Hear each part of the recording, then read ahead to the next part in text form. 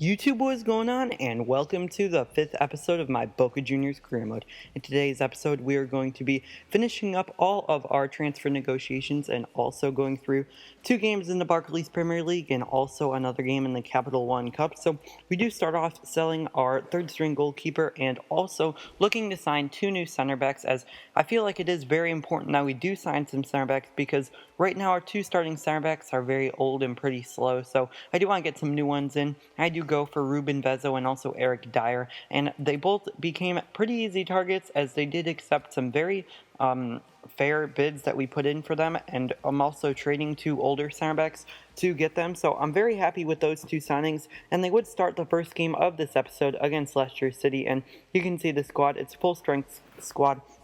We do have Romero and Melli in for Gary Medel and Lodero, but we would start this game with Carlos Tevez on the attack against Leicester. Tevez cutting to the inside. It's Carlos Tevez. He plays through Rodrigo Palacio. Palacio has a fake shot. Palacio has the shot, and Palacio has the goal as Rodrigo Palacio gives Boca Juniors the lead in the 5th minute to make it Boca Juniors 1 and Leicester City 0. So some great play by the 2 Argentine strikers linking up in Carlos Tevez and Rodrigo Palacio, as Palacio had an easy move past the defender and did finish. I did think this would be an easy game, but unfortunately I could not create anything for the rest of the first half, and we would be 1-0 up entering the second half, and Rodrigo Palacio is on the attack right here. Cut to the inside. Palacio has the shot saved. Falls to Tevez on the rebound, and he's going to score to make it 2-0. Oh, wait. It's going to be offside. So, unfortunately, Carlos Tevez is denied, I believe, what would be his 5th goal of the season, and it is still 1-0 Boca Juniors. But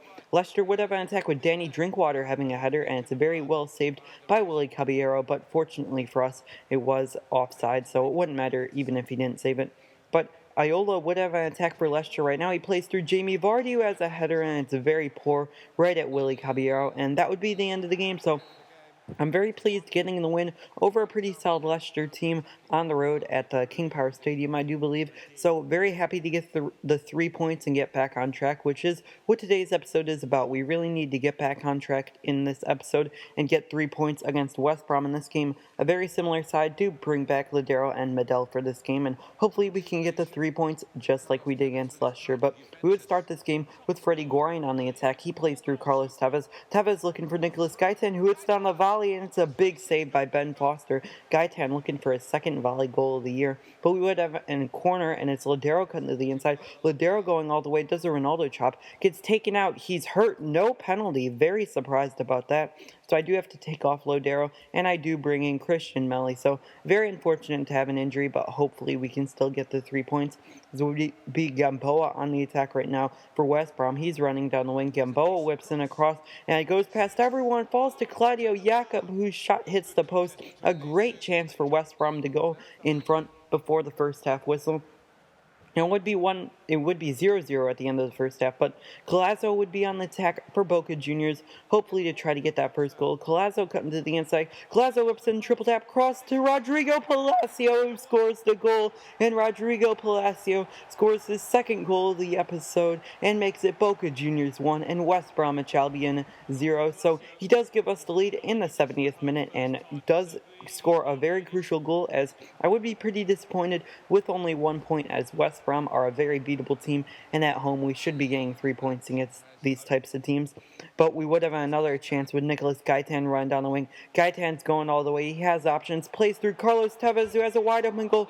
Oh my, it's the post. Falls to Gorin. Great save. Let's look at this miss by Carlos Tevez one more time. Has the whole goal to score and hits the post. Very poor from the Argentine striker. But fortunately for us, it would not matter, as we do still get the victory over West Bromwich Albion and do get 6 points from 2 games in this episode.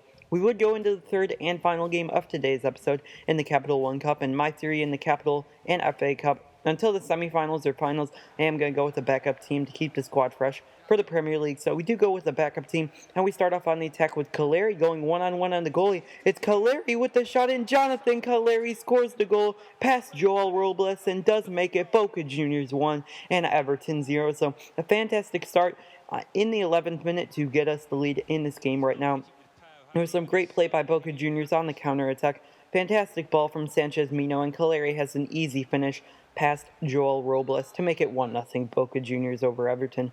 We would have another attack in the 16th minute right here with Andres Chavez on the ball. He plays through Damari Gray. Damari Gray on the ball is holding play up. He fake shots around, loses it, plays through Andres Chavez right here. Chavez has the hit. It's deflected. Falls back to Chavez, who has the shot, and Andres Chavez scores the goal. And in the 17th minute, it's Boca Juniors 2 and Everton 0. This game could not be going any more perfectly for Boca Juniors, as we do score two very early goals on the counterattack. Just what we want to do. The backups are playing our style better than the starters are right now. And that would be the end of the first half, so I'm absolutely thrilled to be 2-0 up against Everton. A very tough match for the third round of the Capital One Cup, but Everton have a corner right here. It's tried to be cleared about 3 times. It's shot. Falls to Paletta, who loses it. It's a shot by, I don't know who it was. I believe it was Phil Jagielka, who has the hit on his left foot.